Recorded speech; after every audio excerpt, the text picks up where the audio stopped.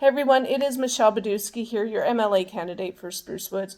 I wanted to take a few minutes to talk to you about carbon pricing because it has been in the news a lot lately. There's a lot of conversation going on and there's a lot of confusion about how carbon pricing works and its impact on our environment. Now, we are seeing an absolutely horrifying number of wildfires and extreme weather events happening across the globe.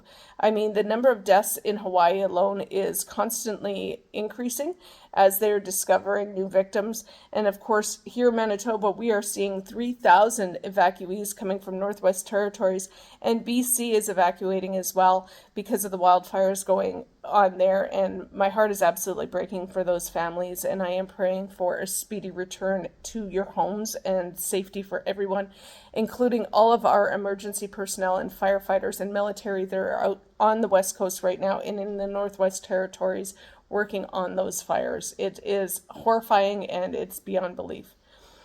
That being said, at the same time, we are seeing the leader of the Federal Conservative Party traveling across the country with an Axe the Tax rally, attacking carbon pricing or carbon tax, whatever you want to call it. And there's a lot of confusion going on about that. And, whatever my personal thoughts on what he's doing right now and the timing of it is irrelevant to this provincial election because you know what? Provincial and federal governments are different. They just are. But that being said, let's talk about carbon pricing because Manitoba does not have its own carbon pricing program. We are under federal policy because our Conservative government refused to come up with an adequate carbon pricing program that met environmental standards. So we are obligated to have the federal program in place. Now, you may not like carbon tax. I don't like carbon tax. Nobody likes a tax. You may not understand how it works, but right now, carbon pricing is the best environmental strategy that governments across the globe have to meet emissions reductions guidelines that need to be done. And no matter who gets elected, no matter what they tell you in elections, there is going to be carbon pricing in Canada and in Manitoba until a better program comes along that will reduce emissions. It just is what it is, and I know it's a great talking point. It makes for great headlines and it gets people all rallied up, but that's just the plain truth that it is going to be here until something better comes along. So what I want to do is talk about how we can use a program that we are going to have to benefit Manitobans and benefit us right here in Spruce Woods. Manitoba needs its own carbon pricing, hands down. Right now, because we continue to fight the feds on it, we have the federal program. We've already spent, and our Conservative government has spent over $10 million fighting the feds on carbon pricing and lost in the lawsuit. We have carbon pricing. That's it. It is over and done with. I don't care how many times they threaten to sue again and again in election campaigns. We are going to have carbon pricing. So we might as well adopt our own program here in Manitoba. Instead of having the federal government tell us what and how to do it, we adopt our own. One that meets the standards required so that we can keep our carbon dollars here in the province and invest it where we need it with Manitobans. We need to take that money and ensure that we have the infrastructure to support green transitions. I know the NDP are promising, electric car rebates.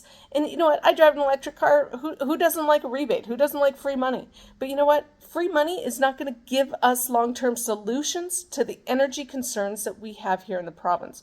What we need to do is make sure that we have the infrastructure to support those electric vehicles outside of the main routes. Right now, you can travel number 1 and number 2 highway, and we're getting new chargers, and I think that's great, but we need more of them.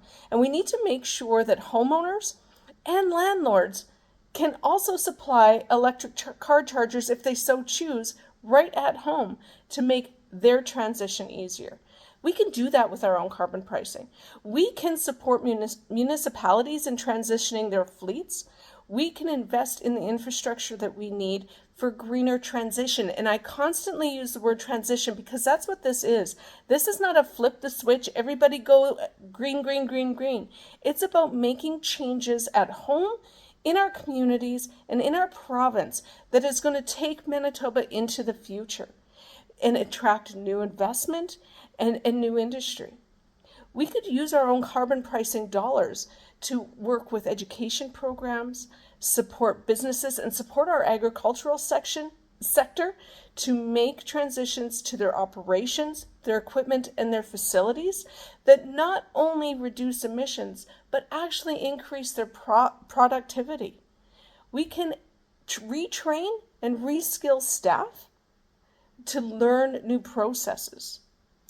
We can actually pay or help homeowners pay for upgrades to their home, which will save on their energy costs.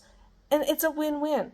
I know there's already programs in place, Efficiency Manitoba, we have some homeowner upgrades for windows and insulation and heating systems. They're not as easily accessible as people think they are. And it isn't always available to people like landlords. The incentives to upgrade rental homes, apartment buildings, is not always there. And we need to work with those people to make it worth their while to invest in those types of upgrades. Here in the province, our public buildings, our schools, our hospital, and our Manitoba housing needs upgrades for more efficient systems. We're preaching energy efficiency, but we're not practicing what we preach with our public buildings. We need to be doing that. That's where this money can be going, is to invest right here in our people, in our systems. And you know what? When a new program comes along, when something better than carbon pricing is discovered and finds that it works, then we can adopt that. But right now, constantly fighting against what is inevitable with carbon pricing is serving no one. And it's definitely not helping Manitoba. I know everybody wants to hear what they want to hear, especially at election time. We want to tell you what, you hate the tax, we're going to get rid of the tax. We're going to give you free money. The NDP and the Conservatives are really, really good at making election promises that are going to get them reelected. But it's time that we start thinking long-term and long-term solutions, not 4-year election cycle solutions that are just going to pander to our base and tell them what they want to hear. We need long-term investment for Manitoba, not just through this election and into the next one, but for generations. And that's going to be the future of this province. And it's time to start thinking about real solutions and real change. And when you think about carbon pricing, I've heard a lot of extremists, climate deniers saying that a carbon price isn't going to change the wildfires. Well, you know what? That's not necessarily true. The conditions that we're seeing with the extreme weather events are scientifically shown to be impacted by what we have done as human beings to this planet. And if we don't start taking responsibility, it's only going to get worse. All we have to do is look around us every single day to see the damage and the impact that we have had on this planet, and the planet's starting to fight back. Now, I'm not saying we have to flip a switch and, go from one extreme to the next, but we do need to start realizing that we are responsible for the condition of this planet. And even if you don't, I'm not saying that the oil and gas industry is, something that we have to forget about and stop, looking at. No, I'm not saying that. I'm saying we have to start transitioning. And even if you are a climate, a climate denier or climate change denier, think about this.